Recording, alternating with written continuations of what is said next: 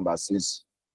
Our chapter 1 to chapter number 6. So we started looking at the note on value added tax, and I said to us that for all of these taxes, that it is expected of us to know. It is expected. You say you can't hear anything. Please, can you guys hear me, please?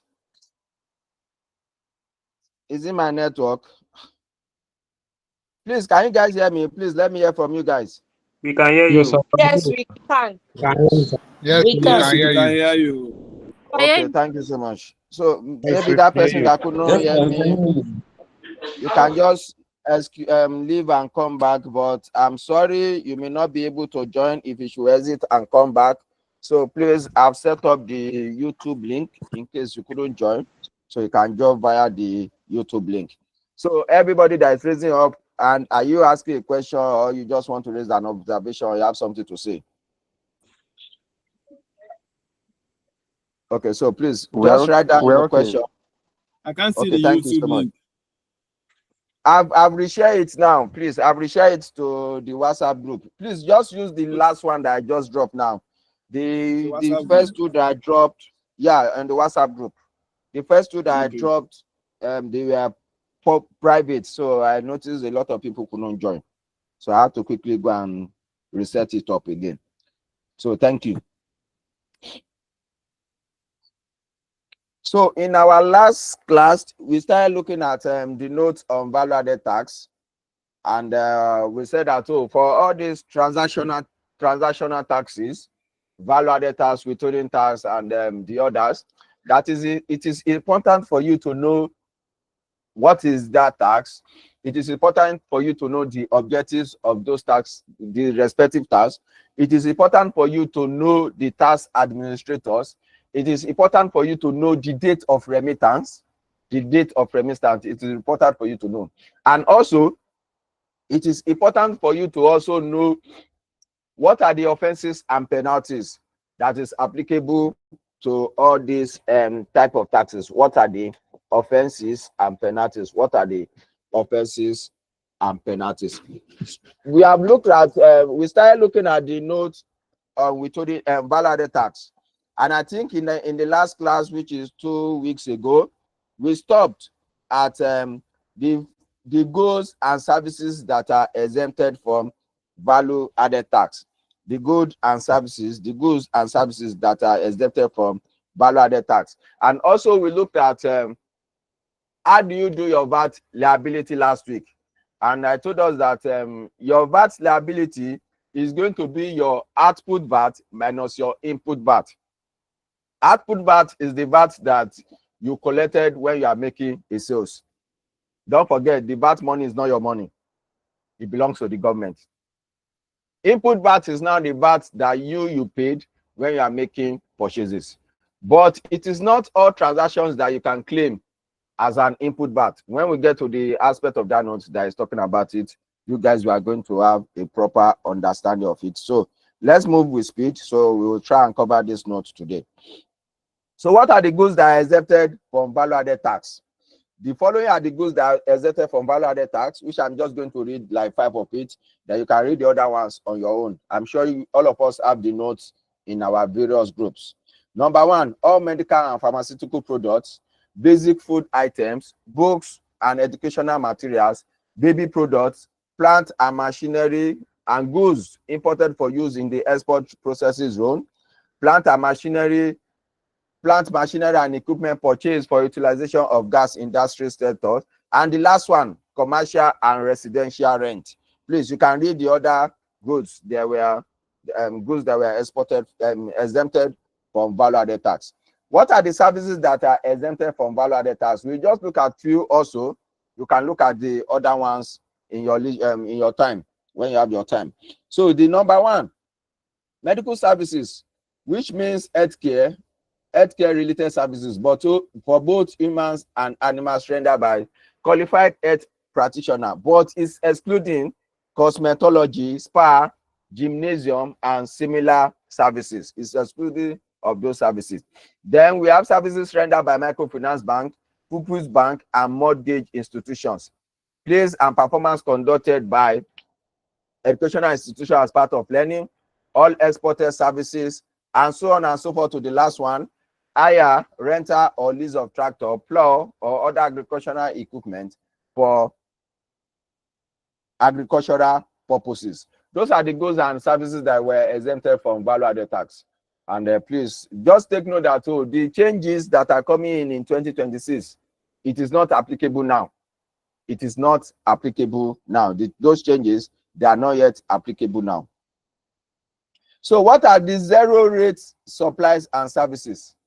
There are some certain goods and services that are classified as zero rates. These goods and services are within the ambit of Value-Added Tax Act, but the applicable rate is 0%. But the applicable rate is 0%. Please, if you are raising up your hand, if you have a question, just drop your hand. You can write down your question, please. Let's quickly treat this note. Any question you can write it, join them. Just in Oshimana. Please just write down your question, please. I cannot attend to any questions for now. And if it is something you want to talk, you can just drop a chat. Maybe I will look at it later on, please. Thank you. So this includes non-all exports, goods and services purchased by diplomats, and humanitarian donor funded projects, includes projects undertaken by non-government organizations, religious and social clubs, or society recognized by law whose activity is not for profit and in public interest. Zero rated supplies and services. What is time of supply? Time of supply. Supply shall deemed to take place at the time an invoice or receipt is issued by the supplier, or payment of consideration is due to or received by the supplier in respect of that supply, whichever occur first. So a taxable person shall deem to, a taxable supply shall deem to take place where the supplier and recipient are connected persons and invoices are not raised. In the case of the following: a supply of goods which are to be removed, the time of the removal of the goods; a supply of goods which are not to be removed, but at the time when they are available to the recipient; furnishing of a service upon the furnishing of the service; and an incorpora when such incorpora becomes available for the use of the recipient, So what is effective? What is our rate of value-added tax? With effect from February 1, 2020.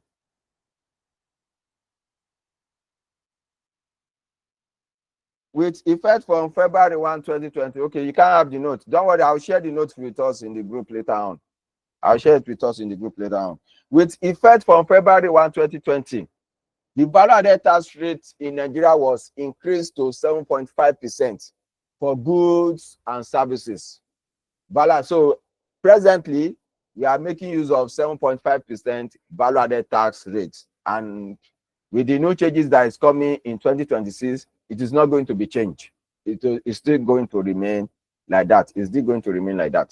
So computation of VAT liability, including the treatment and of opening and closing inventories. VAT liability for the period is your output VAT less your input VAT. Your output VAT less your input VAT. Your output VAT less your input VAT. That's how you are going to compute your VAT liability for a particular month. Obligation for records and account keeping, valid VAT invoice, and preparation of VAT account. A person who is registered with FRS for the purpose of tax, that is VAT, is obligated to keep such records and books of all transactions, operations, imports, and other activities relating to taxable goods and services as are sufficient to determine the correct amount of tax due under this act.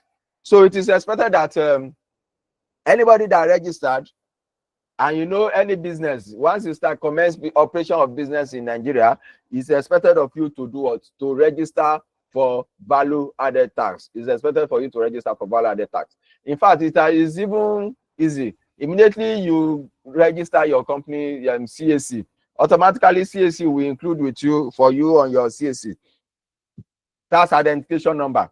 But if they did not include it for you, once you go to the tax office that, oh, you want to obtain tax identification number, they are going to ask you for some documents that you needed to register. And immediately you are registering for company income tax, automatically they are going to register you for value-added tax immediately. So you don't need anywhere to go. So for anybody that is that has registered for value-added tax is expected to keep their books of records, books of your transactions, books of your sales, books of your commissions. How do you generate? What are the percentage that you use to generate the commission? How do you know the amount of VAT that you are supposed to pay on those commissions if you are a service rendering organization? And if you are into manufacturing of goods and services, or you are manufacturing of goods, how do you compute your VAT based on your sales, and how do you compute your input VAT? And what are the items that you are making use of as input VAT? It is expected for such a business to do what? To keep documents to show that is sufficient enough to determine the correct amount of tax due under this act. A taxable person who fails or refuses to register with FRS within the specified timeline shall be liable to pay as a penalty an amount of 50,000 in the first month in which the failure occurs, and 25,000 for each subsequent month in which the failure continues. So please take note. A taxable person who is registered for tax is also obligated to issue valid VAT invoice, as well as maintain VAT account at all times.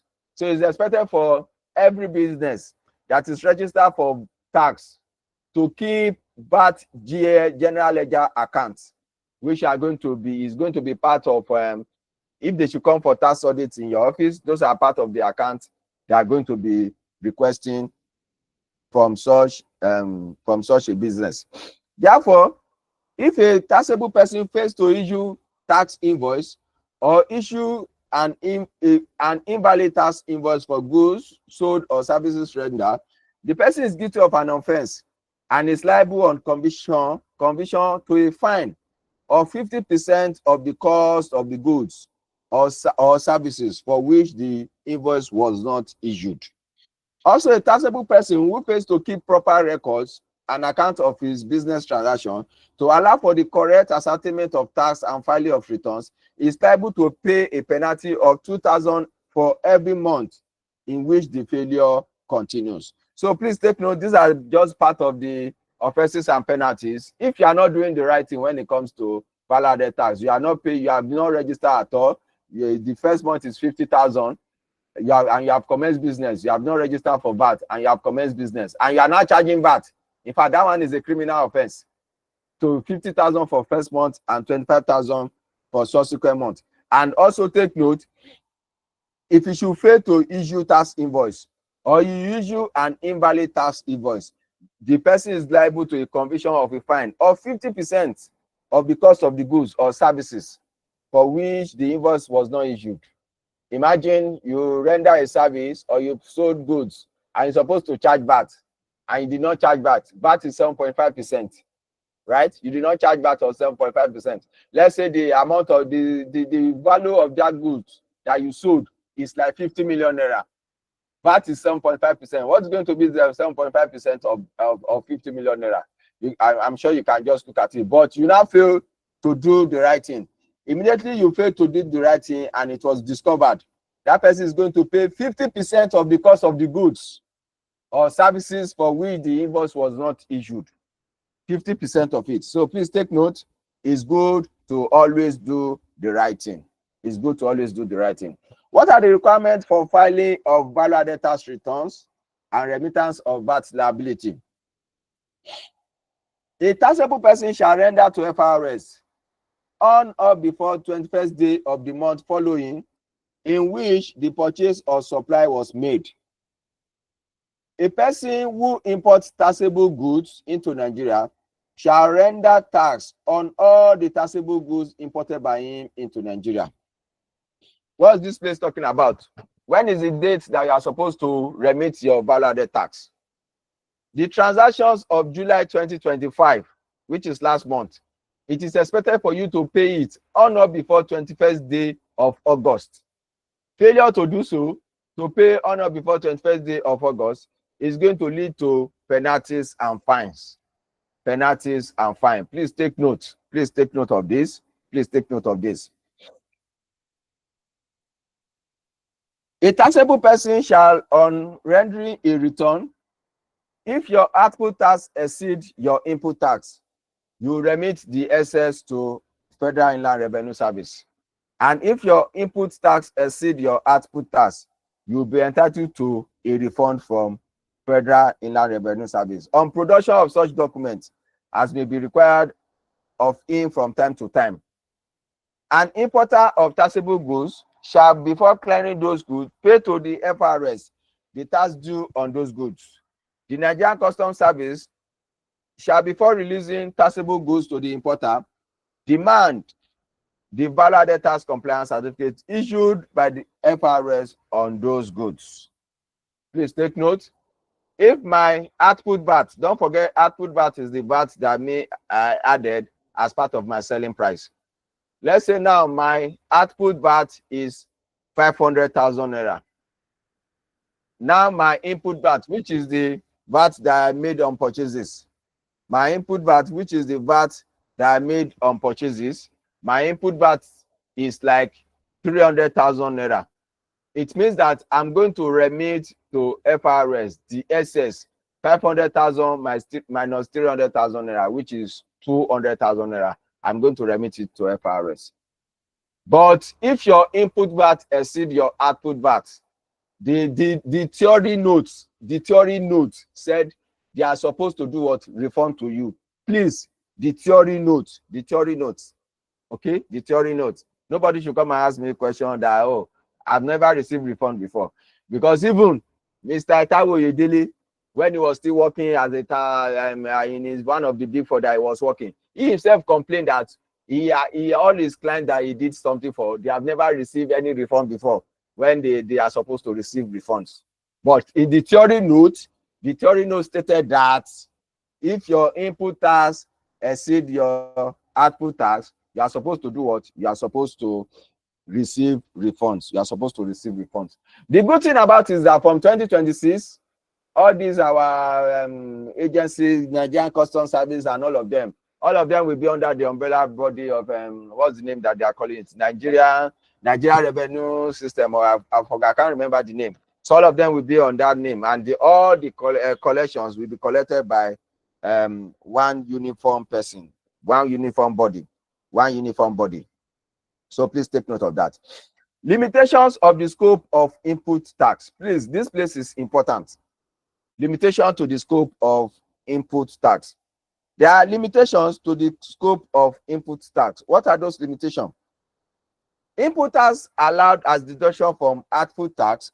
Let me use VAT, please.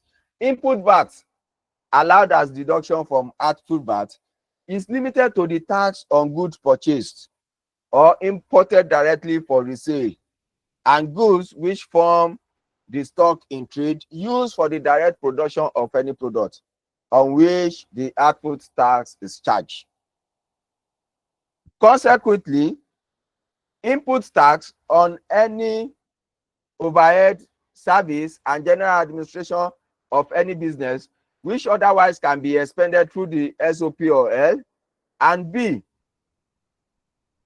on any capital item and asset which is to be capitalized along with the cost of the capital item and asset, are not allowed as a deduction from output tax. Are not allowed as a deduction from output tax. What is this place talking about? What is this place talking about? I'm going to give a brief explanation on it very soon. Don't forget, I told us that input VAT is the VAT that you paid when you are making purchases. Output VAT is the VAT that you added as part of your selling price when you are selling your items to your customers. Now, what is this particular statement talking about? That items that can be used as an input VAT. Let's look at it. For example, I am selling phone. Whenever I go to purchase that phone, the supplier will charge me VAT. That is a good example of an input VAT. When me I'm now supplying that phone, when I'm selling that phone, me too, I'll do what? I will charge VAT. What I can make use of as an input VAT is going to be VAT on what I'm selling, my line of business. If my line of business is selling phone and other accessories, earphone, headphone, charger, and screen guard and blah, blah, blah, screen guard, every accessory that is related with phone. What I can make use of as an input VAT is going to be that particular item that I'm selling, which I paid VAT on when I was making the purchases of it. Now look at it, for example, I am selling phone. I have my shop or my store where I'm selling that phone. When I was selling that phone in my store, I engage the services of a security company that give me like 2 security guards to come and be working in my office as a security. When those ones they are giving me their bill, they gave me their bill, the money that they will be paying the guards, they gave me their service charge, and they gave me their VAT on that service charge. What I'm going to remit to them is the total of it, which I'm going to remit to the service company. So far, the line of my business is selling of phone. The VAT that security company included in their invoice when they are giving me their monthly bill for the security services, that VAT, I cannot make use of it as an input VAT. Likewise, NEPA bill, when they are still doing postpaid, they will come and give you bill at the end of the month. All those kind of NEPA bill, if you look at it very well, there is VAT on it. The VAT that you paid on those your NEPA bill, you cannot go and include it as part of your input VAT. Auditor fees, tax consultancy fees, when they gave me their bill, they included VAT on it. I cannot make use of that transaction, the VAT on their professional services. I cannot go and make use of it to say, it's part of my input VAT. Because what is the line of business that I'm doing? I'm selling phone. So my output VAT is going to be VAT that I collected when I'm selling phone. Then my input VAT is going to be VAT that I paid when I was purchasing those phones. All those VAT on professional services, I purchased non-current asset, I purchased a printer in my office and they charge me VAT. I purchased a motor vehicle, they charge me VAT. I purchased this one, they charge me VAT. It is going to be included as part of the cost of that item. Maybe I employ an auditor. The auditor is charging me 3 million naira per year, and it's charging me plus 7.5% of VAT. 3 million plus 7.5% of VAT. That means what I'm going to write in my books as audit expenses is not just 3 million. It is 3 million plus the VAT that I paid. You cannot make use of that VAT to go and say, the VAT on professional services. When you are not someone that is ready professional services, you cannot make use of that VAT to say, I want to use this VAT as my input VAT so that my output VAT will do what? Will reduce. I hope you guys are understanding me. I hope you are still together. I hope you guys are understanding. If you don't understand that aspect, it is very, very important for you to understand this aspect of the scope of this input VAT. Because in questions in exam, they are going to be loading you with informations that are relevant and information that are irrelevant. And if they want you to now compute VAT liability, if you do not know what are the scope of input VAT, you may go and pick all transactions that you pay. You see the business paying VAT on. You can go and pick it and go and use it to do what? To do your input VAT. Please just relax. All your questions will be attended to. I can see some people raising hand later on. All your questions can be attended to.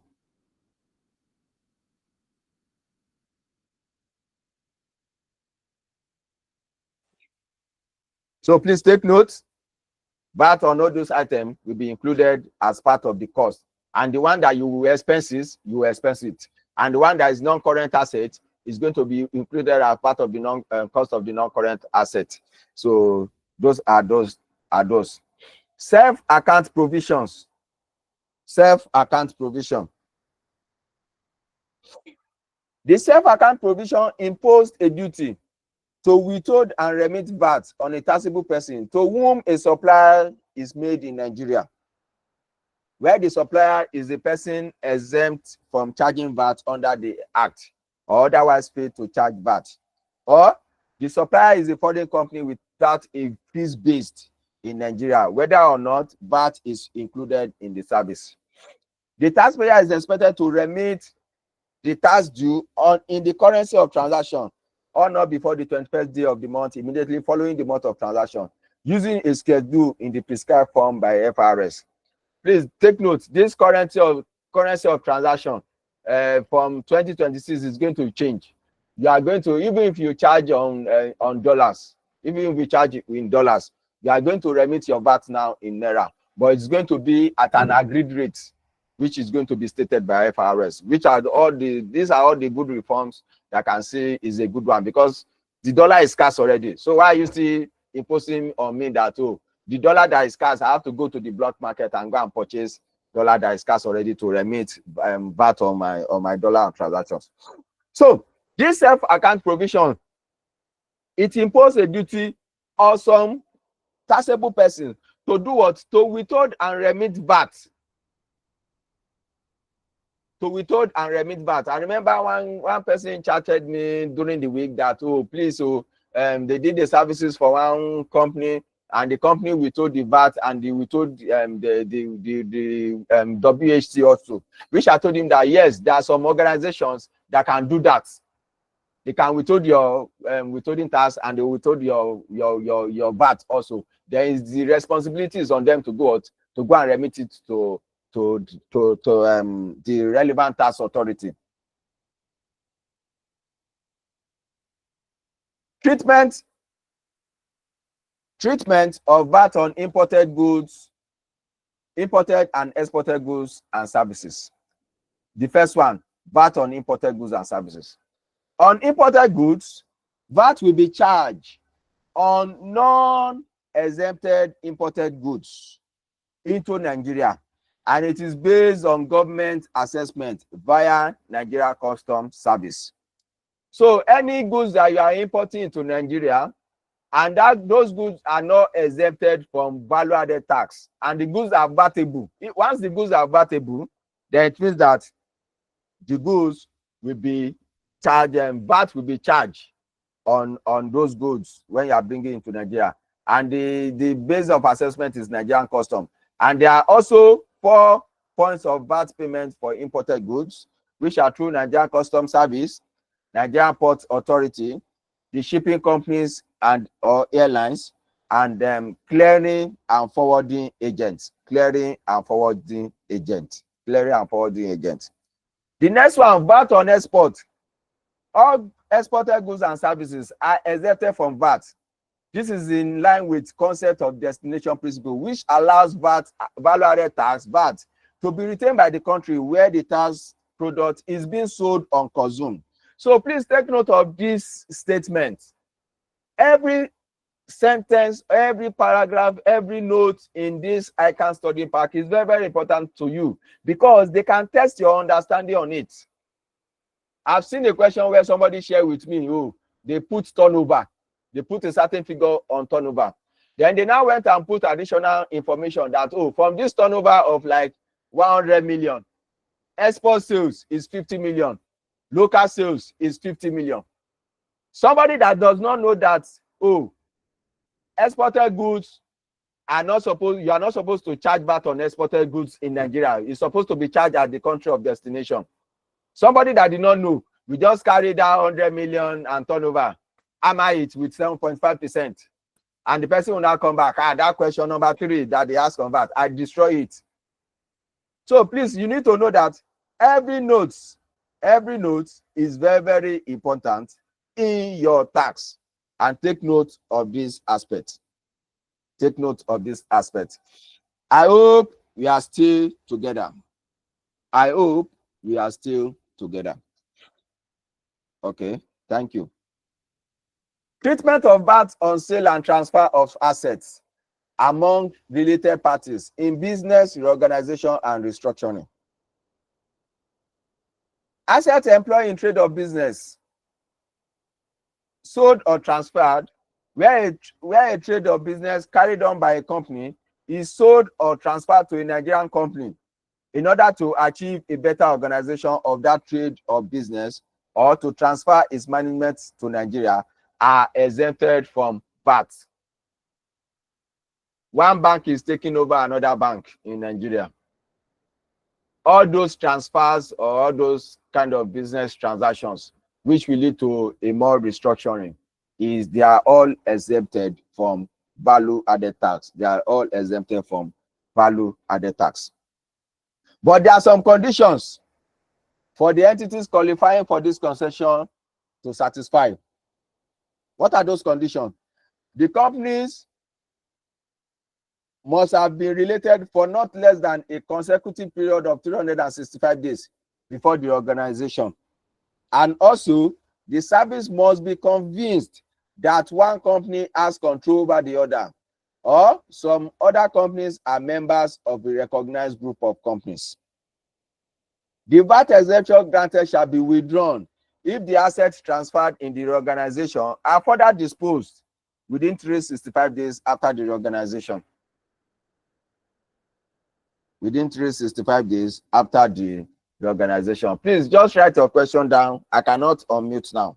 This VAT note is voluminous. Please, we are just on page number 5 and we still have 6 to go. So please just write your question down.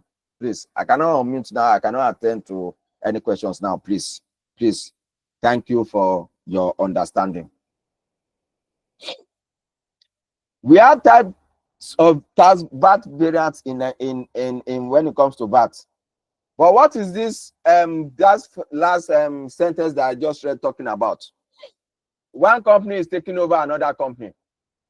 If they are related, then it means that they are exempted from, they are qualified to be exempted from VAT, and they must have been related for a period not less than 365 days. And also there must be the service, the FRS must be satisfied that one company has control over the other.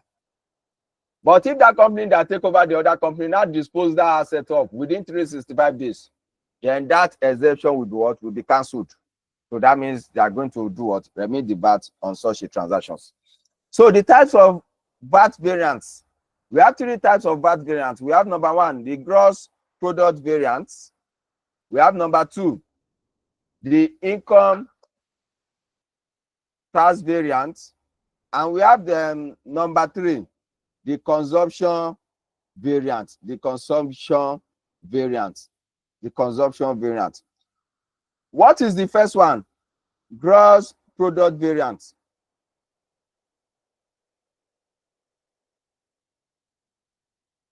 These allow deductions for all purchases of raw materials and components. Tax is levied on all sales with no deduction for business inputs. No deduction is made for capital goods such as plant and machinery and depreciation. So that means in this type of VAT variants, your VAT is only going to be on output. You are only just going to have output VAT only. There is nothing like input VAT. There is nothing like input VAT. If you should go to purchase any item, VAT will be charged. If you go to purchase any stuff, VAT will be charged. And all those VAT that you are paying when you are not producing those goods, you cannot use it as input VAT because it said that no deduction for business input. No deduction for business input. The second one, the income VAT variants. The income VAT variants. These allow deductions for purchases of raw materials and components. plus depreciation on capital goods. The economic base of income variance is the net national product. That is the next investment, which is your gross investment minus depreciation is what is taxed.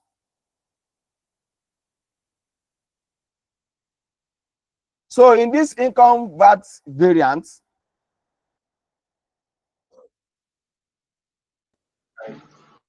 VAT is included only on the VAT base, while the purchase of new capital goods are excluded.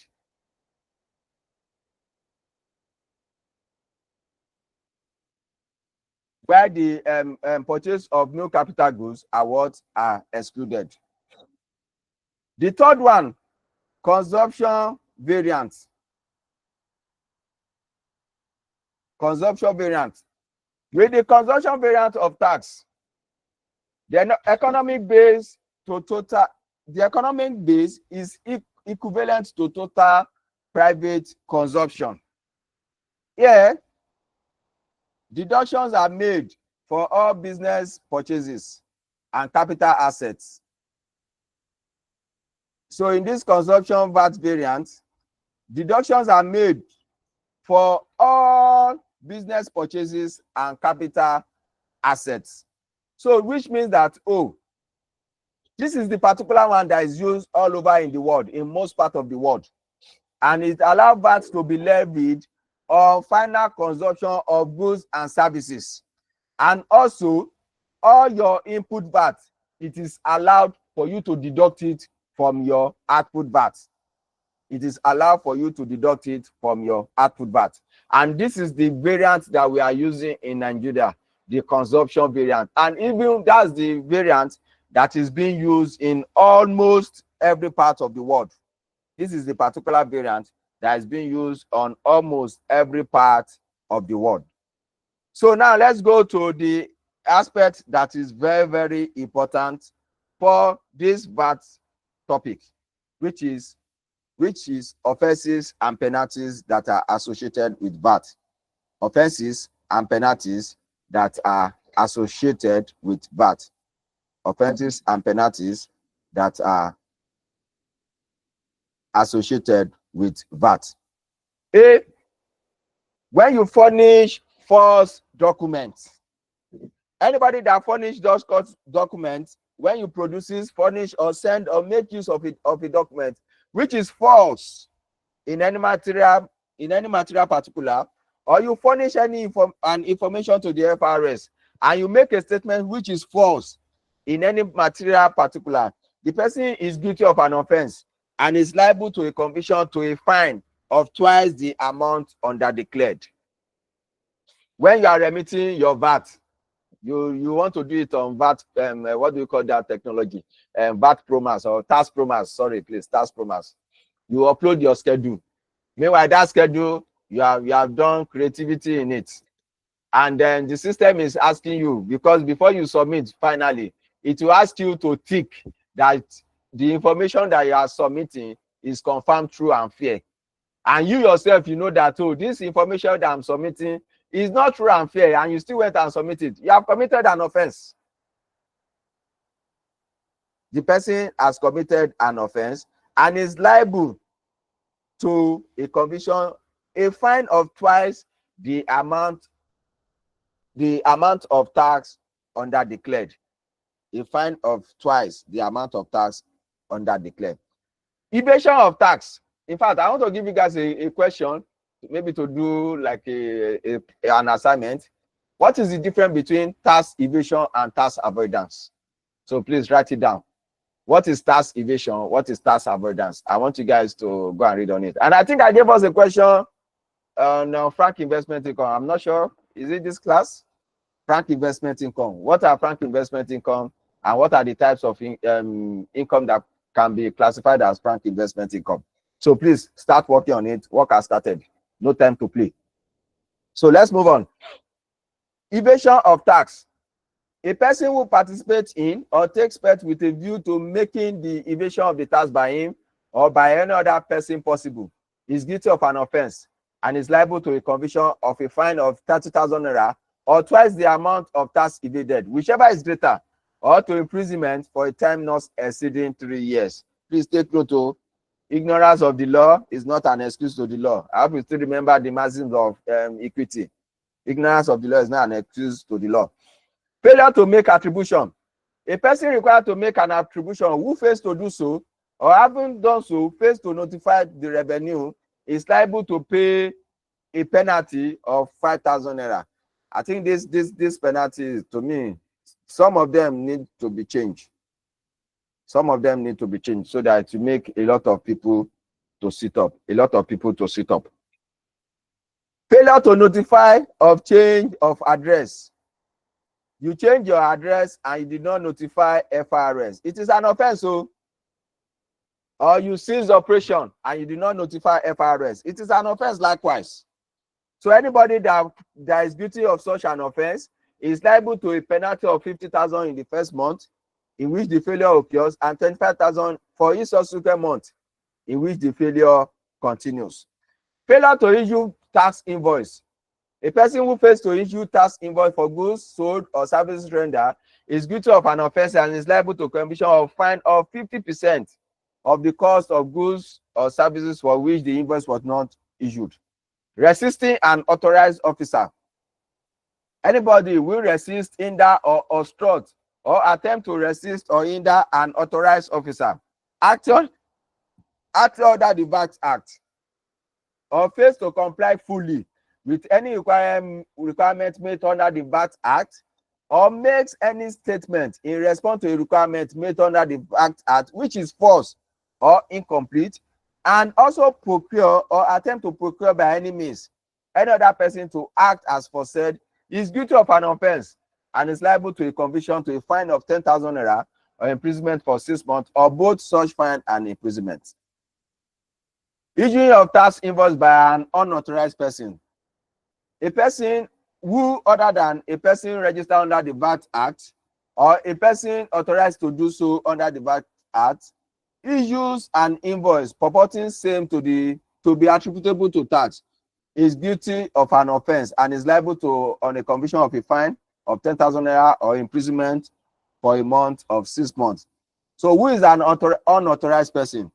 An unauthorized person is someone that is yet to register for value-added tax, and that person is now collecting VAT. The person is yet to register for value-added tax, and the person is now collecting VAT. That person has committed an offense.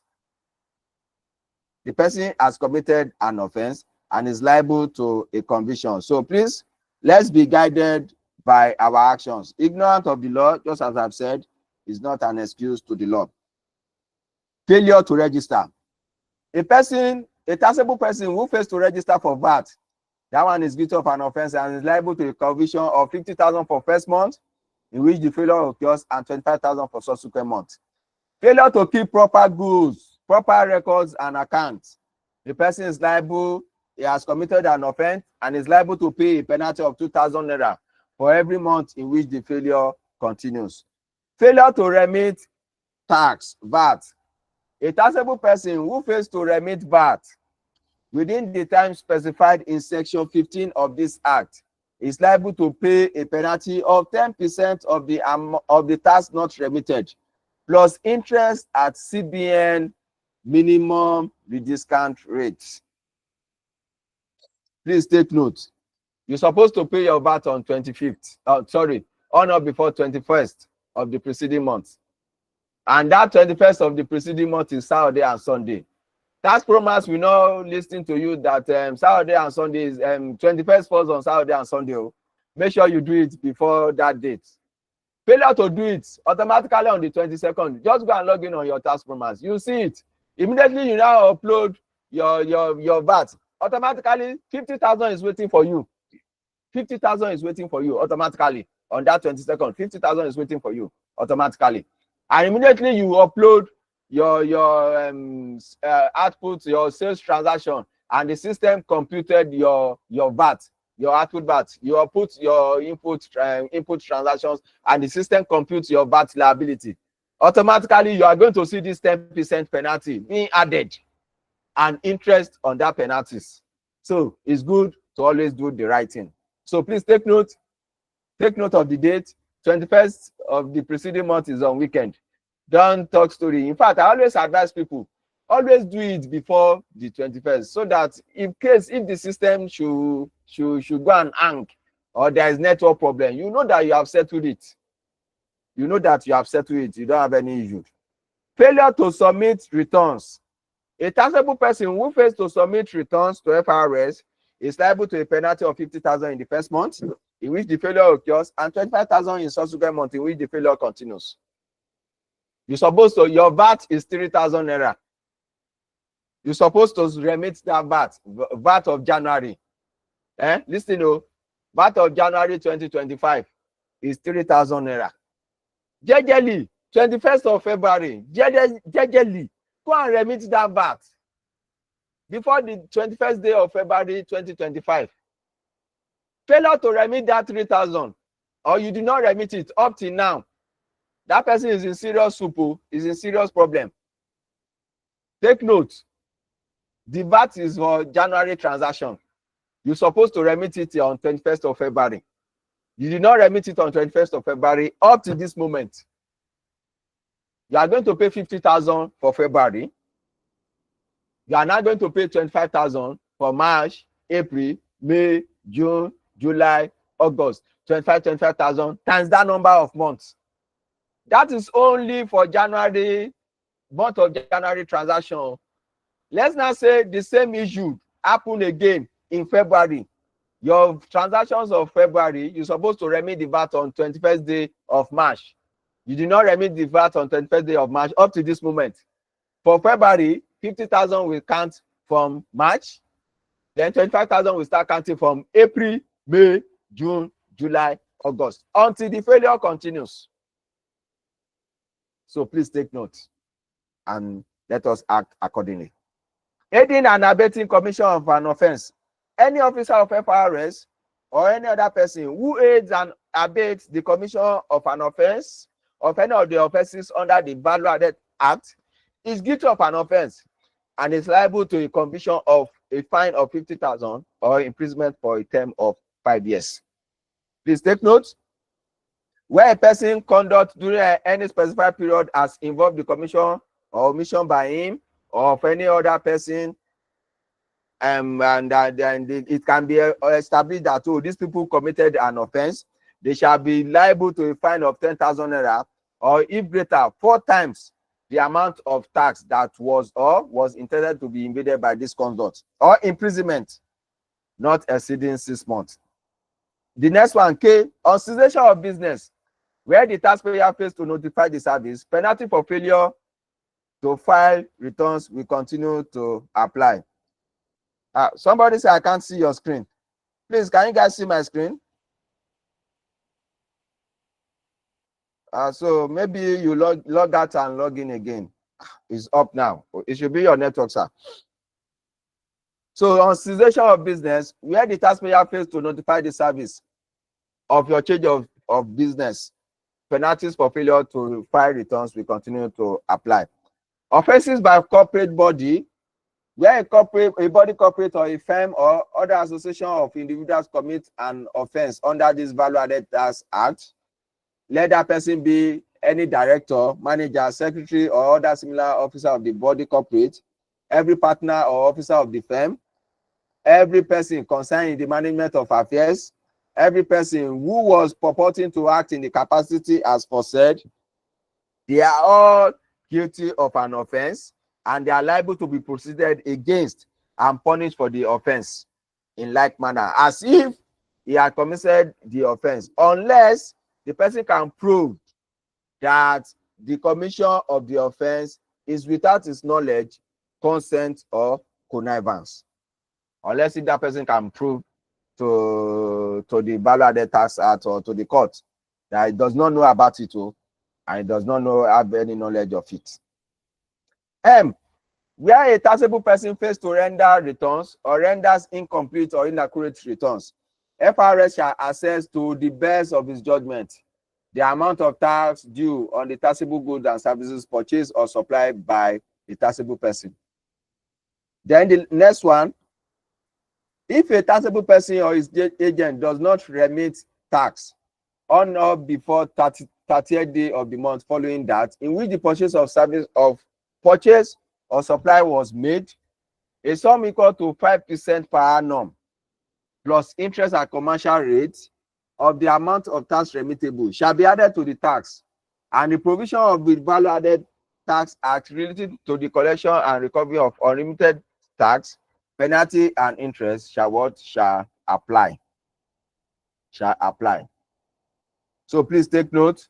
FRS raised best of judgment on a company VAT, and the company did not do it before the 30th day of the following month. Then please, that person has committed a big offense, which is what we just read. Then the FRS shall notify the taxable person of the tax due together with the penalty and interest. And if payment is not within 30 days, the FRS may proceed to enforce payment as provided for in this next paragraph. What can FRS do? Any tax, penalty, or interest which remains unpaid after the period specified for payment may be recovered by FRS through proceeding in the Value Added Tax Tribunal. Then a VAT person who is aggrieved by an assessment made on him may appeal to the Value Added Tax Tribunal. And a further appeal can go beyond Value Added Tax Tribunal to the Federal Court of Appeal. This is just bringing us back to objection and appeal procedures, which we look at in chapter number 6 of our note, of that chapter 1 to chapter number 6 of our note.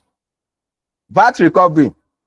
Any tax, penalty, or interest that remains unpaid after this period specified for payment may be recovered by FRS through proceeding in Value Added Tax Tribunal.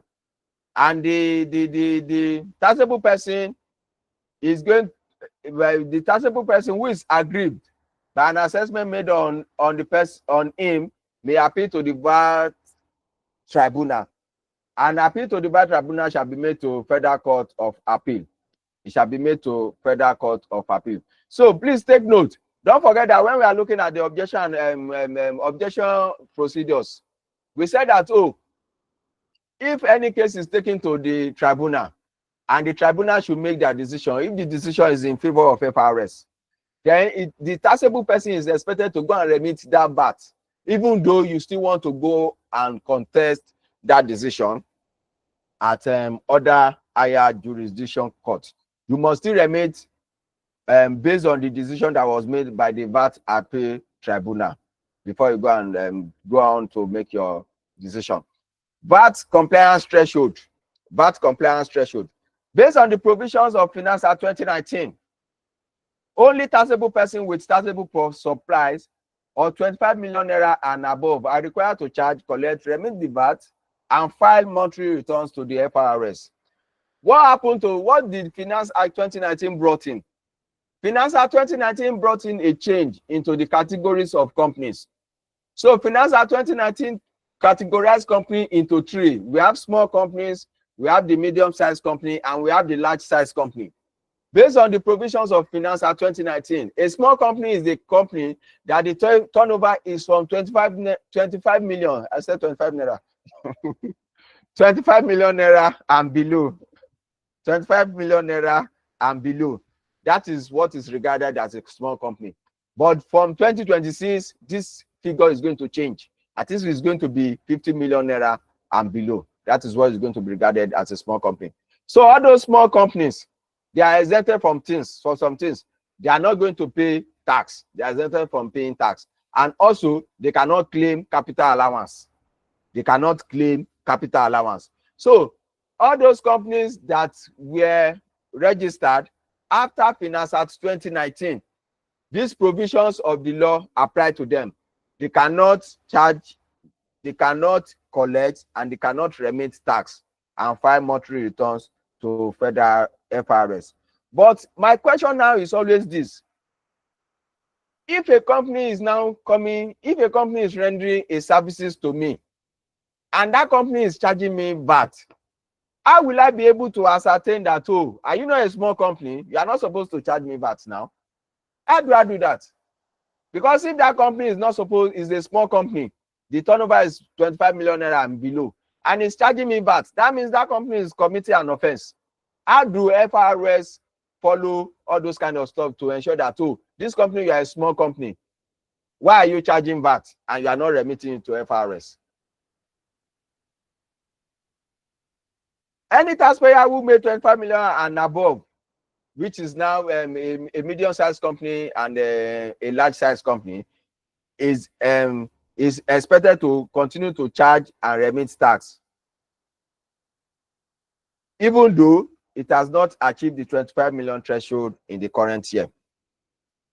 Any taxable person who did not achieve the 25 million threshold for taxable supplies before the introduction of the Act, that is from, don't forget, Financial 2019 became effective February 1, 2020. The person shall commence to charge, collect, and remit VAT and file returns immediately. Immediately it achieves the 25 million threshold in respect of taxable supplies at any time of the year. It should be noted that any taxable person shall voluntarily register, charge, collect, remit the tax, and file monthly returns if it has not achieved the 25 million threshold in respect of the taxable supplies. But such a person needs to notify FRS. Any taxable person who expects to achieve the 25 million threshold at a future date within the calendar year is at liberty to immediately commence to charge, collect, remit the tax, and file monthly VAT returns.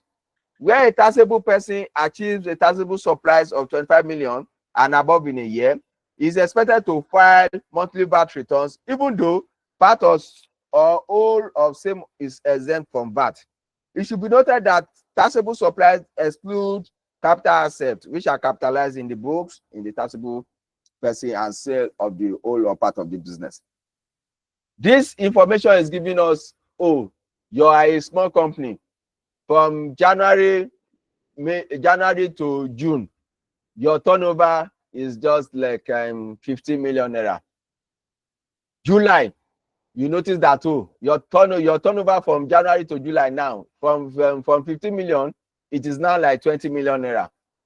You should start preparing your mind that, oh, this kind of company, you are going to, but there is no way you are not going to pass that 25 million threshold. If you do not do mago, if you do not do creativity, there's no way you are not going to pass that 25 million threshold. So it is expected for you to notify FRS and you can start charging VAT so that you can be free and you can be good from all the issues that can come in when they come for tax audit. When they come for tax audit. Please, are we still together? Are we still together? Okay, thank you. So let's look at the Value-Added Tax Committee, Technical Committee. And anybody that can still remember the Technical Committee of FRS and Technical Committee of State Board of Internal Revenue, which I told us for all those composition, you are supposed to, for all those tax authorities, it's expected for you to know their composition, their quorum, their functions, and their powers. Please, it is expected of you. So this is an example of another administrator, which is the VAT Technical Committee. What is the composition? Look at them and go and quickly compare it with the one that you have for VAT and for Technical Committee of FRS. There is no much difference. So please just take note. Try and categorize them together, the ones that have the same composition, so that in case if you ask a question in one particular one, you can be able to do what? You can be able to answer others easily. So what are the composition of VAT Technical Committee? Chairman of FRS as the chairman, all directors in Federal Inland Revenue Service, legal advisor of FRS, director in the Nigerian Customs Service, and 3 representatives of the state governments who are members of the Joint Task Board. What are their functions? The functions of the VAT Technical Committee shall be to consider all tax matters that require professional and technical expertise and make recommendations to FRS. They are to advise FRS on its duties in administering tax, and they are also to attend to such other matters as FRS may from time to time refer to it. Don't forget, the sole administrator of value-added tax in Nigeria is FRS. Value-added tax cannot be collected by any state board of internal revenue. Please take note of that. VAT tribunal. The VAT tribunal shall be established by the minister, by notice in the Federal Gazette. And there is going to be a zonal VAT tribunal, which will spread across the geographical country of Nigeria. So each of the zonal VAT tribunals shall consist of no more than 8 persons, none of whom shall be a serving public officer, and one of whom shall be designated as chairman by the minister. The chairman of each of the zonal tribunal shall be a legal practitioner of no more than 15 years post-call experience. He shall proceed over the proceedings of the tribunal. Members of each of the zonal tribunal, those ones shall be appointed by notice in the Federal Gazette by the minister from among persons appearing to him to have wide and adequate practical experience, professional knowledge, skills, and integrity in the profession of law, accountancy, or taxation in Nigeria. 2, that person shall hold office for a period of 3 years from the date of appointment and may resign at any time, please, by notice in writing addressed to the minister. And that person shall cease to be a member upon the minister determining that his office should be office be vacated upon notice of such determination. Where the minister is satisfied that a member has been absent for 2 consecutive meetings without written permission of the chairman of the board, or the person is incapacitated by illness, or has failed to make declaration or give notice of his direct and indirect financial interest in any case, or has been convicted of felony or of any offense under this act, the minister shall make a determination that his office as a member should be vacant. So if any member should fall on, should have committed any of this, or should fall under this category, then the minister can declare his place vacant. F, where for some reason there is insufficient number of members to hear an appeal, the minister may make an ad hoc appointment in writing for the purpose of such an hearing. The minister shall designate a serving public officer to be secretary to the value-added tax, to the zonal VAT tribunal. And the official address of the secretary shall be published in this gazette. H, the member of the VAT tribunal shall remain in office until new ones are sworn in. Please take note. Any taxable person who be a person agreed by an assessment or demand notice made upon him may appeal against the assessment and notice to the zonal VAT tribunal. And this must be the taxable person, where the taxable person is resident in Nigeria, giving notice in writing through the secretary to the zonal VAT tribunal within 15 days after the date of service upon such taxable person. And the appeal shall be heard by the tribunal. The service, if agreed, that is FRS, if agreed by non-compliance of a non-taxable person, if the service, if agreed by the non-compliance of a taxable person, please, to any provision of this act, may appeal to the zonal tribunal where the taxable person is resident, giving notice in writing through the secretary of the zonal VAT tribunal. FRS stab a company a letter, and the company is saying no, we no go agree, and they are not going to the tribunal. And FRS is looking at it. What's wrong with you, company? You don't want to pay me. FRS can do what? Can approach the zonal VAT tribunal. So where a notice is not given within the period specified, the assessment or demand notice shall become final and conclusive. I hope we still remember the final and conclusive. But please take note. The one we read in chapter number 6 is 30 days, right? But this one is stated that it is 15 days. 15 days. 15 days. And the service may recover tax, interest, and penalty which remain unpaid from any taxable person through the proceedings of the VAT tribunal. The judgment of the zonal VAT tribunal shall be enforced as if it were a judgment of the Federal High Court. So that means the zonal VAT tribunal and Federal High Court, they have the same jurisdiction, or what do they call it? Is it jurisdiction or the same? They have the same level of command. Let me use that word, the same level of command. but I know there is one particular legal word for it. I can't remember it now. So notice of appeal against an assessment shall contain the following: the name and address of the taxable person, the amount of VAT or of goods and services chargeable to tax, the input VAT, the net amount of tax payable, and the copy of assessment notice, and also the precise grounds of appeal against the assessment, and an address for service of any notice, process, or other document to be given to the appellant and the secretary of the zonal VAT tribunal. So the revenue of VAT of taxable person may discontinue an appeal at any time before the hearing of the appeal by giving notice in writing through the secretary. Then, if they do not, the zonal tribunal shall meet as often as may be necessary to hear an appeal in any town and place in which the office of the tribunal is situated. At least 5 members may appear and determine an appeal. 5 members. And the secretary of the zonal tribunal shall give 7 days notice to the parties to an appeal of the date and place fixed for the hearing.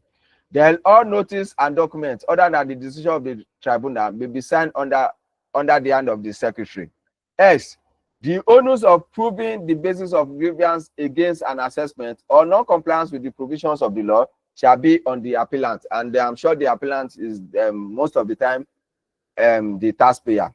So the zonal tribunal may, upon hearing the appeal, confirm, reduce, increase, or amend the assessment or make such orders thereon as it deems fit. And then the next one, the minister may make rules regulating the practice and procedure of the VAT tribunal. And until such rules are made, the practice and procedure of the Federal High Court shall apply.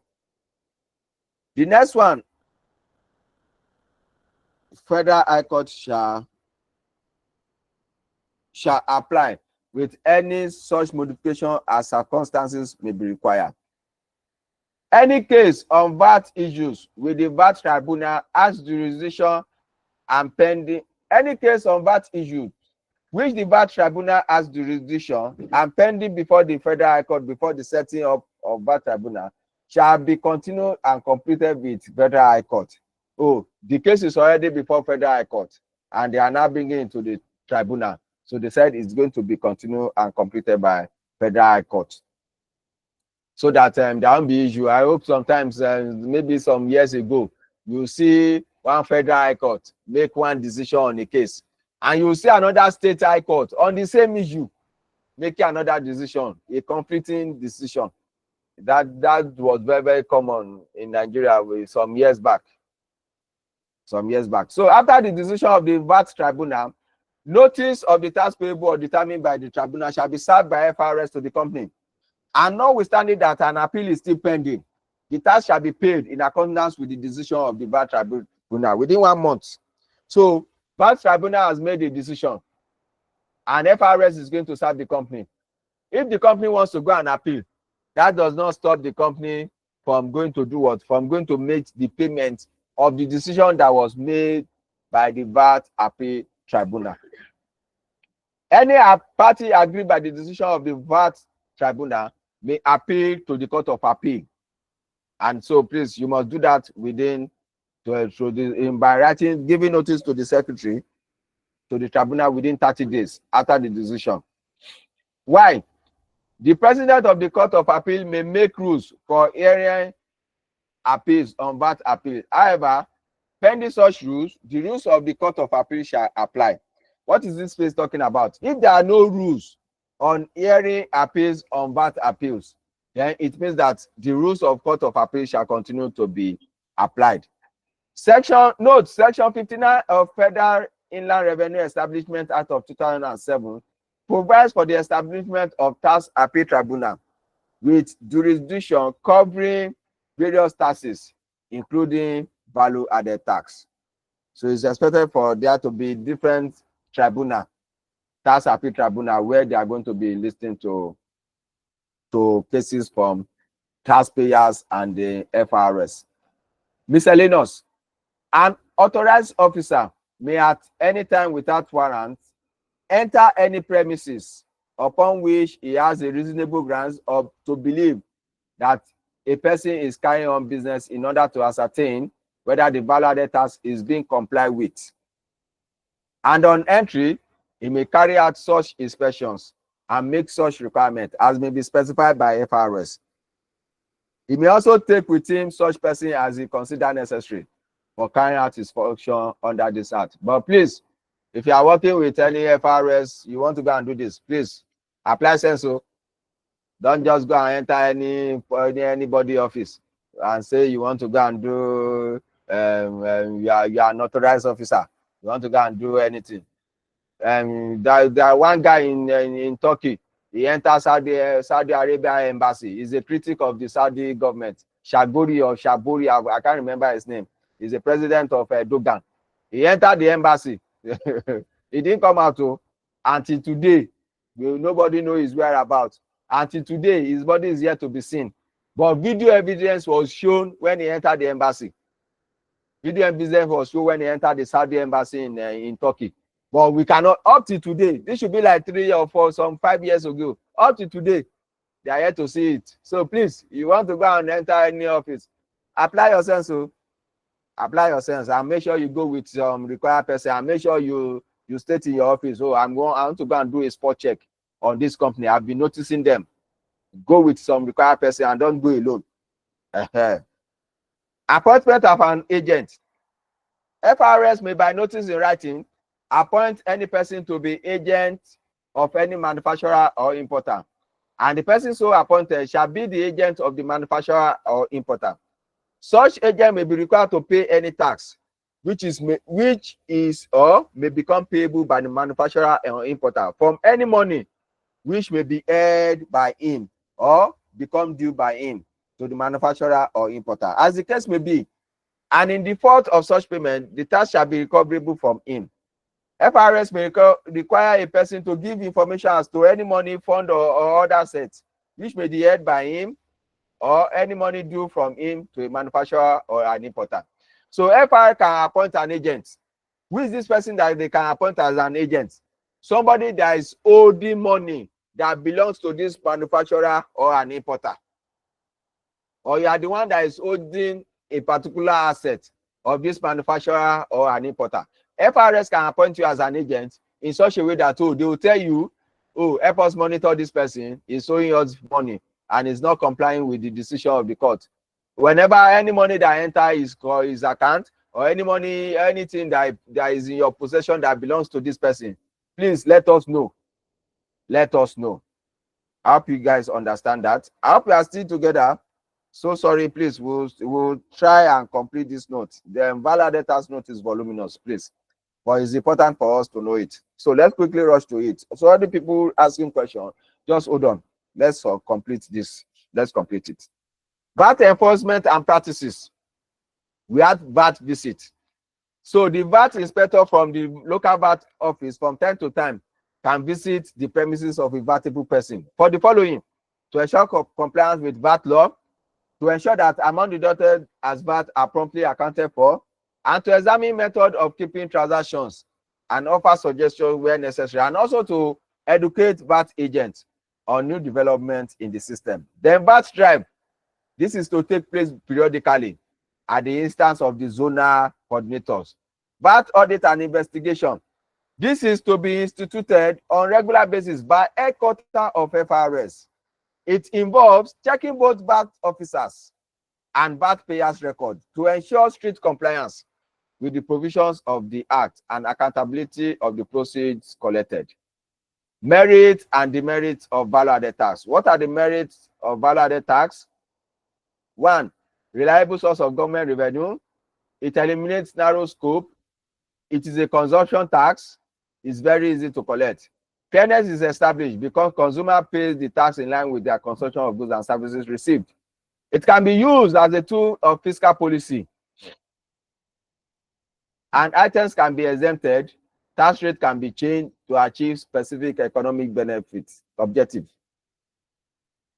Demerits: high administrative cost on the part of the government, high cost of keeping records by company and agents, injustice in the distribution of VAT proceeds, corruption on the part of tax officials can render it ineffective, and problem of inadequate information can make VAT administration ineffective. We all know there was a time that Lagos State government and was it Rivers State government? I can't remember them.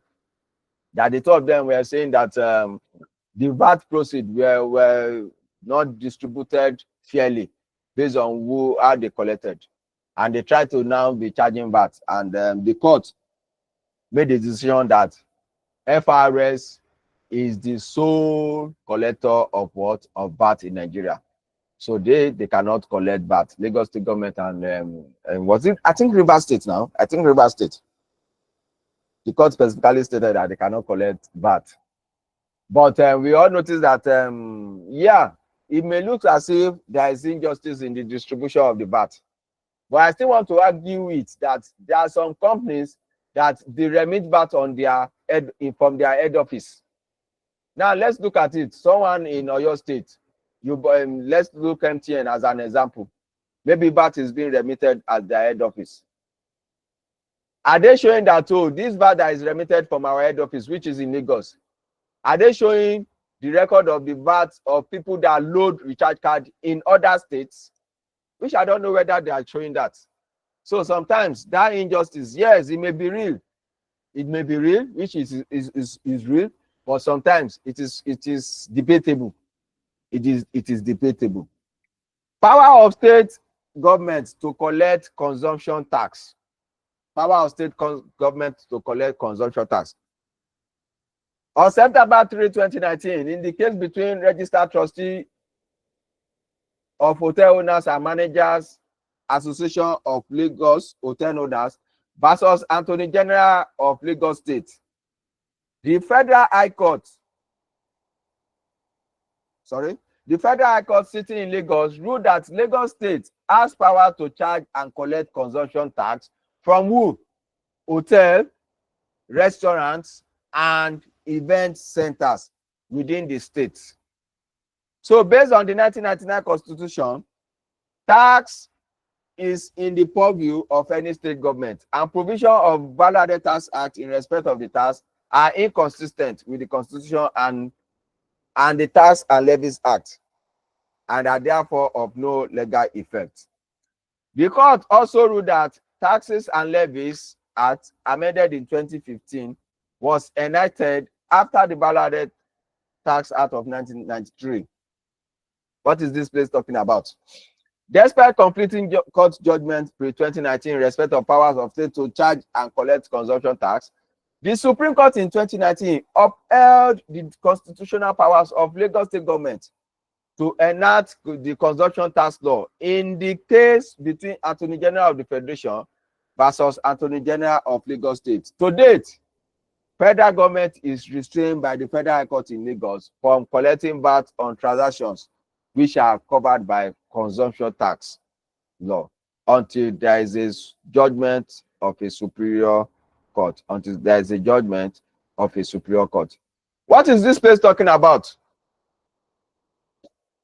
Hotels, restaurants, and event centers. They are supposed to charge consumption tax, and that rate of consumption tax is 5%. And this consumption tax that they are charging, they are expected to remit it to the State Board of Internal Revenue in the location where they are situated. Failure to charge is a problem for the hotel, restaurant, and event centers. And if the State Board of Internal Revenue, if they come and do tax audit, they already know what they are expected to check. If they should go and do tax audit on hotel, event center, or restaurant, definitely they will be asking you, where is the evidence of your consumption tax? Where is the evidence of deduction and remittance of your consumption tax?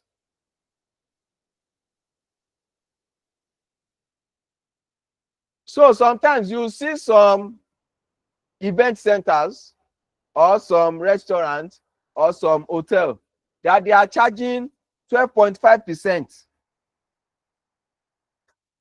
as VAT. 7.5% will be remitted to FRS, then 5% of it will be remitted to state government. So if you are anyone here, you are working in hotel, you are working in event center, or in any big restaurant or any type of restaurant, these are the type of taxes that you need to do what? You need to guide your companies or to guide your bosses to ensure that, oh, we are supposed to be doing this. We are not doing it. Please, let us start doing it immediately. Don't forget, for all these transactional taxes, you are supposed to know their objectives, the tax administrator, the date of remittance, how to compute the VAT or the tax, the offenses and penalties. It is important for you to know them. It is important for you to know them. So this is going to bring us to the end of this note. And I would have loved for us to look at one question on these offenses and penalties based on what we have in the study pack. Let me see if I can quickly look for that question. For that question that we have in the study pack on offenses and penalties, so that we can have a good understanding of what we are supposed to do. Oh, wait, okay, let me stop. Don't let me do any calculation today. So everyone that has question, so please just raise up your hand. I will open the group, and then straight away you ask your questions. Thank you for being online, and thank you for listening.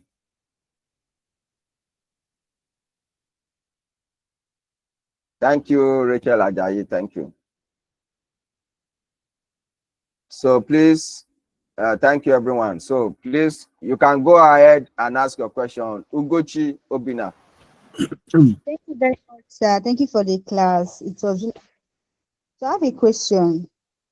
You talked about if, let's say, for example, we made a sale in the invoice, the customer say that he or she will not pay tax. You know, all these customers now, some people will not pay tax, and normally, let's say it's a service-based industry, and the people say you not pay tax. You not think because of the 5 million naira service you want to render and collect money, you tell the person if you don't want to pay tax, you go. You understand? So what are we going to do about that one that don't want to pay tax, but we actually made a sale? And another one, one day I was then all these army people, like all these force people, they came into to get for a service to get something, right?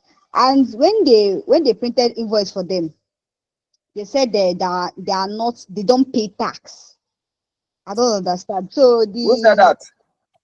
army people, one army man like that.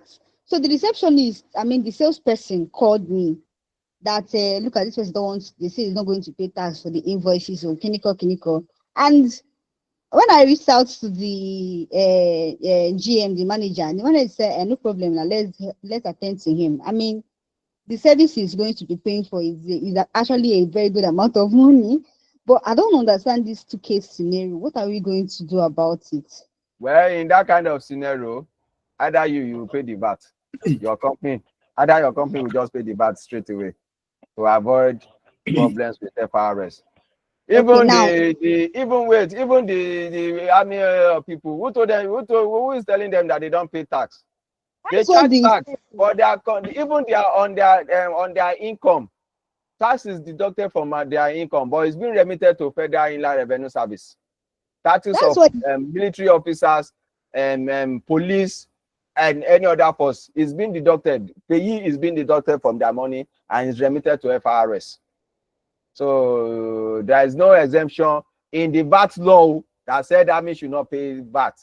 Is not in the VAT law. It's not in the VAT law. Maybe the person just chakara you people, and you too, you say, army, don't let me collect slap. Don't let me collect snap. You like say, okay, okay, you can go. So for this kind of transaction, you people should just go and pay that VAT straight away. Now, let's say, for example, for tax audit purposes, for the invoice will contain tax, Abi, so that one won't incur the debt of 50,000 naira and 50% of the tax there. of the service fee.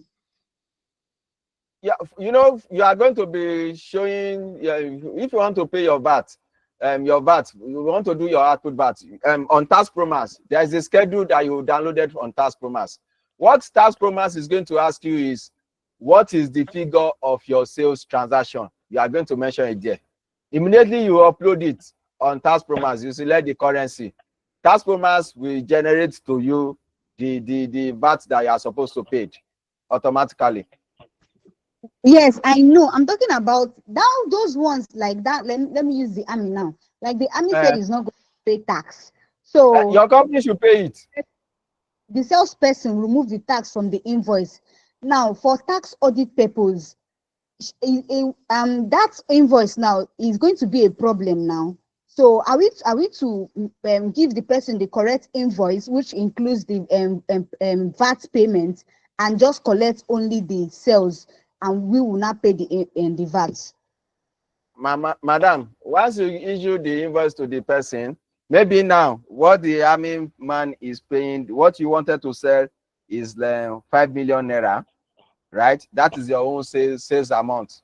Then Yes. 7.5% of VAT, and you don't want that, and the person said he cannot pay it. You now collected your 5 million naira. It means that you be prepared to pay that VAT that you did not collect from that person. Okay. Okay. Thank you very much. Thank you very much. Okay, thank you. Go on. Who is the next person that I'm going to ask question? That's what done. Who is the number 2?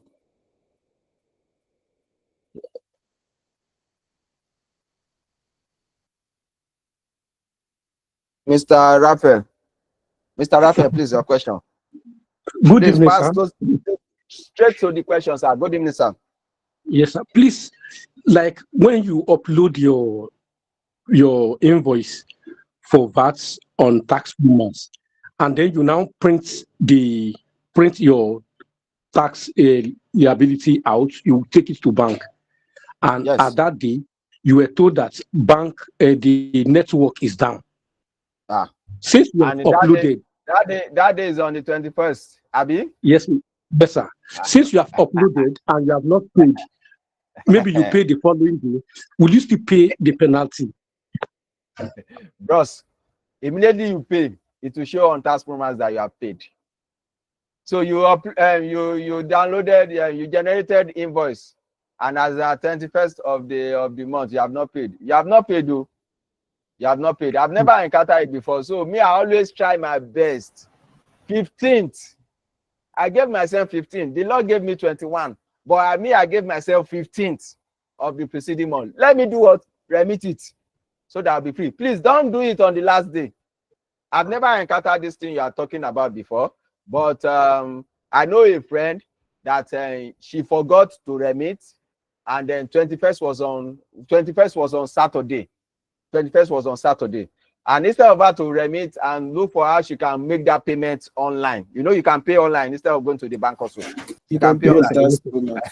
Instead of doing it and do it online, she said, oh, she will do it on Monday. Bang, bang, bang. Immediately she just uploaded that thing on Monday. Fiam, 50K. Fiam, the VAT that she's supposed to pay. Fiam, 10%. Boom. Was just computed. Before you know, don't let me talk about the amount that she paid. Just let me be quiet. So please always ensure to do it the day before so that you can be free. Don't wait for the last day. Thank you, sir. Tax Promise will not understand the bank. Na bank no work. Tax Promise no going to understand that one. You know, say na system. Thank you, Mr. Ike Franklin. Yeah, thank you. Good evening. Good evening.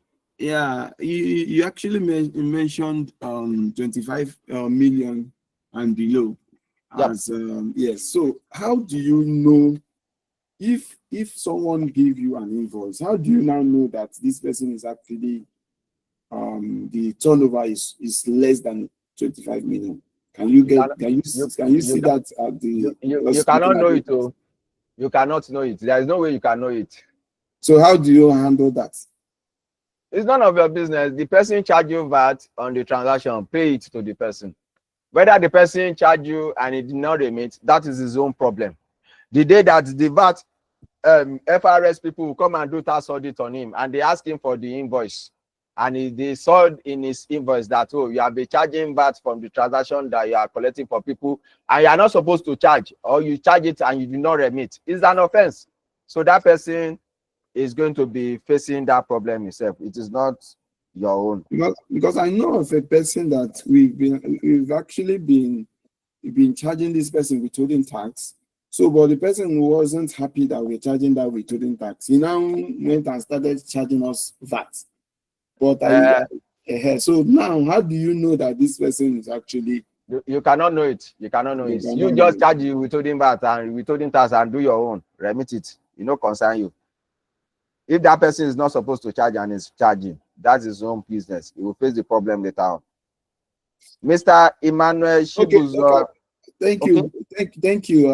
You actually a bit fast, though. We are trying to finish the course. Yes, sir. I want to try and attend to everybody. Please don't forget to share this document, I beg. Don't worry. Which group are you? Which group are you? I just joined today. This is my first time. Which of the task group are you? Which of the task group are you on WhatsApp? Let me check. I know I'm in one group like that. Don't worry. After this, I will drop it in all the groups so that everybody will get it. Okay, thank you, sir. Mr. Emmanuel Shibuzo Igbokwe. Emmanuel Shibuzo Igbokwe.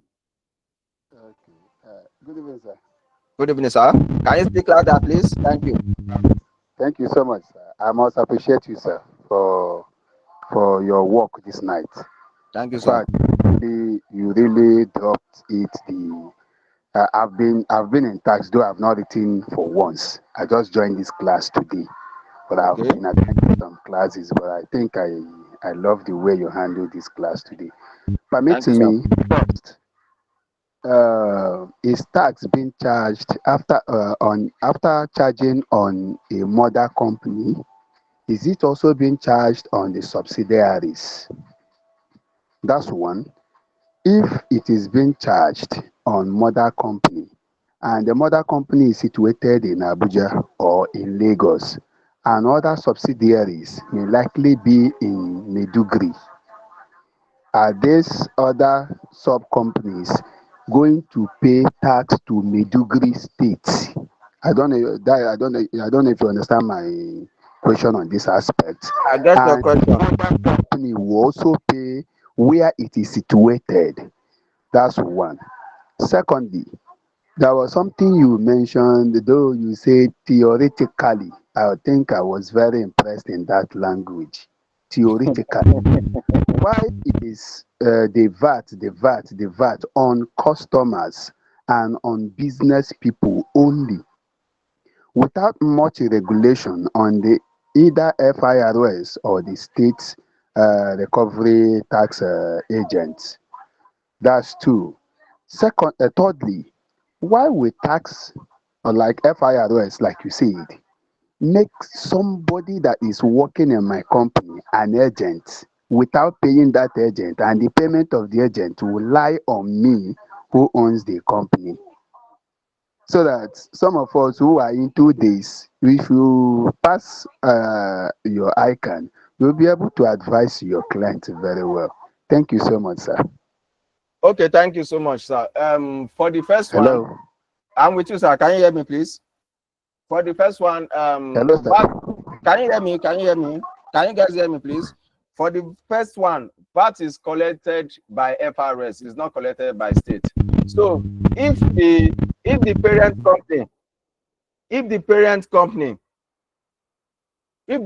company should carry out any VATable transactions, the parent company should remit their own VAT.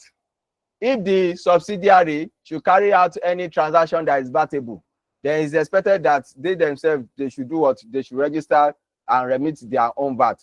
But if it is an intercompany transactions, that one now depends on what is the arrangement between intercompany. So if the company is in Abuja and one is in Maiduguri, just as you have said, sir, so the remittance of the VAT it can be done anywhere.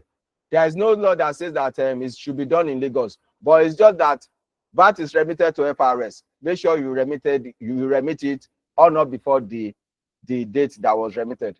I can't remember the third question. I think, okay, the third question is an appointment of an agent.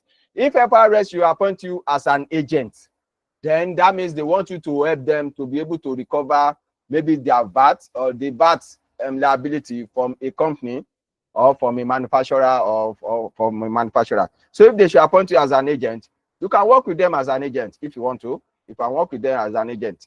So it's what they don't need for you is that, oh, this manufacturer is owing us VAT, is not paying it, and you are in custody of that person's assets. Maybe you are a bank, you are in custody of that person's asset. You can actually work as an agent of FRS to ensure the remittance of that kind of amount that that person is not paying or the person doesn't want to pay. But why FIRS not paying the agents? That was the way you put it. Why will I be the one to pay that agent and as well cater for the VATs involved? They cannot pay you, the agent, sir. They cannot pay you, sir. Okay, sir. Okay. Thank you. Mr. Okay, sir. Upong Happiness. Yes, sir. So, good evening, sir. Thank you for the lecture. I'm going back a little to a question a lady asked earlier. So she asked a question concerning an army client who came to their office. Yes. Yeah, that refused to pay VAT. Yes.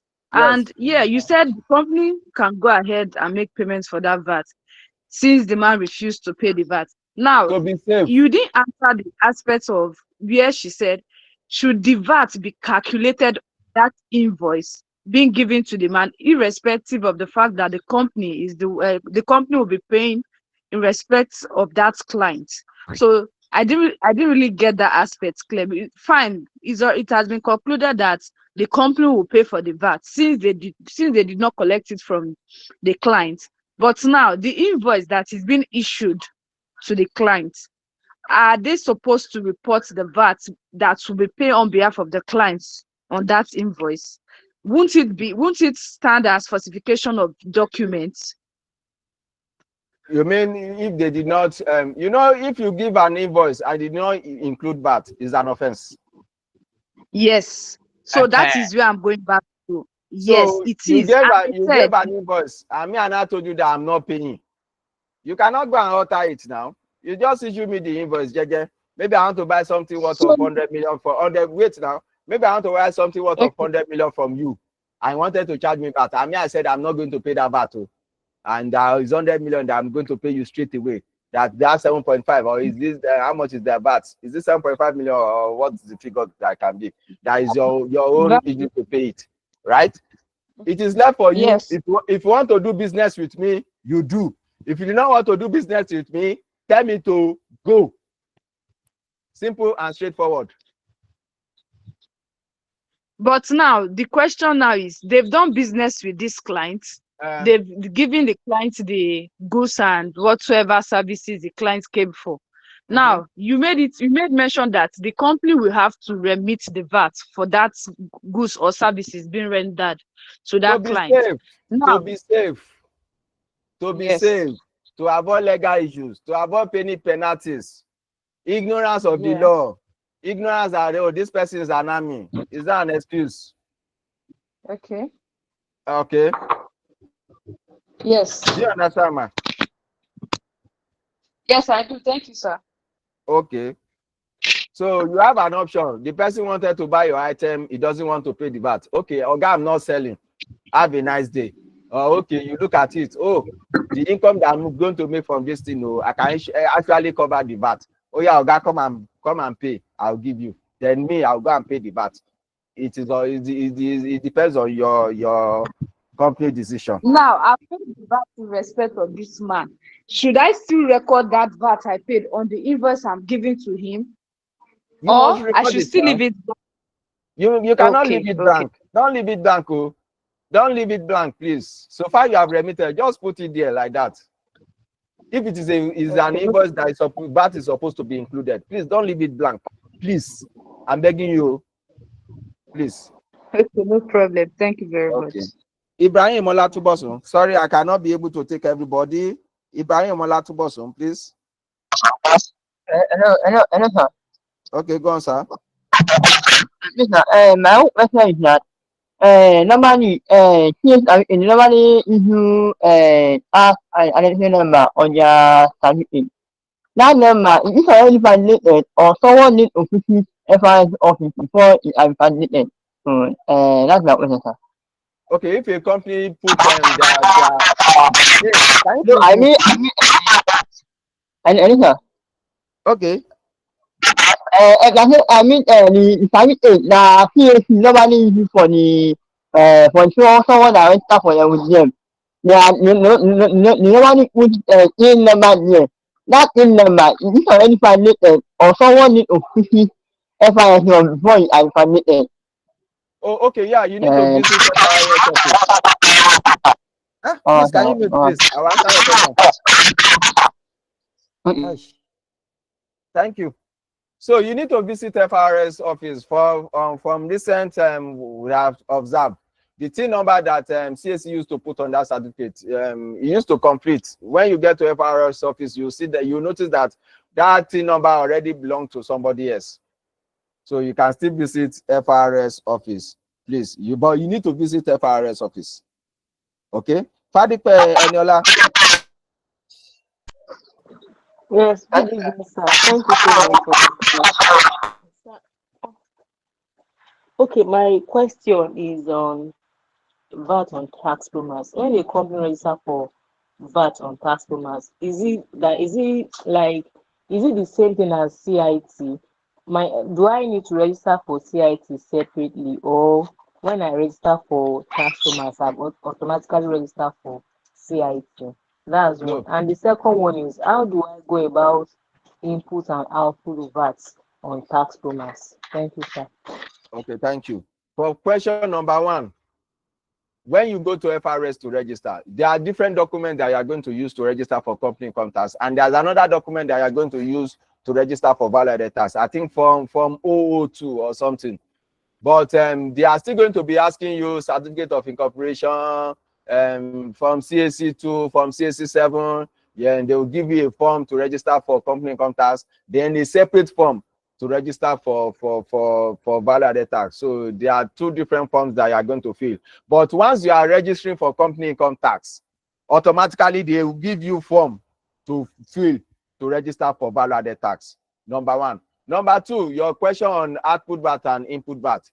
When you download the schedule on Tax Promise, when you go to Tax Promise, you see the schedule where you are going to put your sales transaction. You upload it on Tax Promise. Then Tax Promise, when you click on proceed, Tax Promise will show you your purchases. That okay, there is a schedule on it also. You upload it also. So the Tax Promise, what the Tax Promise just want you to show is the figure, not the VAT that you deducted or the VAT that you paid when you purchased. The VAT performance will be the one to compute the VAT on your sales figure and the VAT on your purchases figure, and it will compute your VAT liability for you. Okay, so Mr. Olawale.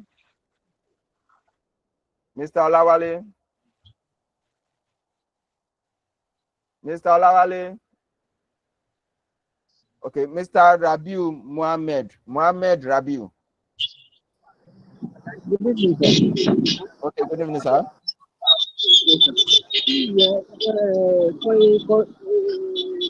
I can't hear you clearly, please. I can't hear you clearly, please. I can't hear you clearly. The voice is low, or maybe you are in a noisy environment. Good evening, sir. For a contracting company that, can you hear me now? Okay, go on.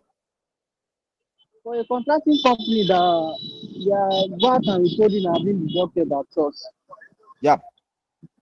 Are they still mandated to file VAT monthly? Yes, please. Yes, please. And even if you are exempted, you are still supposed to file monthly, because one period when I was working as a tax consultant with one store, so we have the work to do with one tax time with a stockbroking firm. You know, those stockbroking firms, they were exempted from VAT from 2012. They gave them exemption for 10 years from 2012. So the company was not, they were not remitting at all. As in the FRS stated that they are supposed to still come and remit that, oh, it's nil because we are exempted. But they failed to do it. Then it was still, was it 10,000 first month and 5,000 for subsequent month? That company paid that penalty. The company paid that penalty then. They paid that penalty then. I have answered you, sir. Yes, sir. But the thing is, for a construction company, like, you know, the payment is not coming every month. It comes when you have a job and it's being deducted and stuff. So Yep. for the bond that they didn't do anything, because what I usually do is I file nil. Yeah, you can file it now. You know can if I file it if you don't have any turnover. If you don't have any turnover, you can file it. Or else you can still consult your tax consultants to guide you, or you can visit the tax office and seek clarification from them to be safe, please. To be safe, to save your company from any liability. So please, I don't think I'll be able to answer any question from now. So, Hello, Mr. sir. Olawale, please, Yes, let me sir. quickly answer to your question, Mr. Olawale, please. Mr. Yes, sir. BRHM. Good evening, sir. Good evening, sir. So, what I wanted to ask, in a situation whereby maybe you omitted one transaction. For instance, now you receive a payment maybe at the end of the month, and you have to remit the VAT, like to do the VAT filing, and you are now omitted maybe one transaction. Please like repeat your one payment. question. Please repeat that question. Repeat that question. Hello? Repeat that maybe for question. instance, hello, can you hear me? Yeah, go on. I can hear you. Yeah, I was thinking that, okay, maybe in a month, maybe you receive a payment for a particular transaction, maybe what if you already invoiced for, you receive a payment, and maybe at the end of the month, the following month, you want to file the VAT, and mistakenly you now omitted maybe one invoice. You didn't file the VAT return on that particular transaction. What will be the offense? Like, maybe what will be the penalty? That one is sticky. And to be safe, maybe for instance, this month now, I get you. Okay, for instance, you have different kind of sales transaction, and now yes. you have different transaction, 10 million, 50 million, 100 million. You now mistakenly omit one. Yes. That means you have supplied incomplete information. It is an offense. Okay. It is an offense. Okay. It is an offense, and it's good to, you can go through the offenses and penalties to look at what is the applicable liability that the company should pay.